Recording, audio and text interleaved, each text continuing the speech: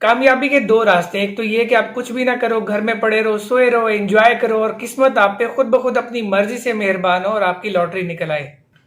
और दूसरा तरीका ये है कि आप कुछ ऐसा करो कि किस्मत आप पे फिदा हो जाए और आप पे मेहरबान हो जाए। और वो तरीका है मेहनत का, पागलपन की हद तक मेहनत का। ऐसा क्या है आप में कि लाखों लोगों में से आप ही जीतो, आप ही कामयाब हो। क्या आपको बोलना आता है, लोगों को कन्विंस करना आता है, कैमरे को फेस करना आता है, प्रोडक्ट को बेचना आता है, मार्केटिंग आती है? क्या आपको नए रिलेशंस बनाना आते हैं, कंप्यूटर की एसेंशियल स्किल्स आती हैं?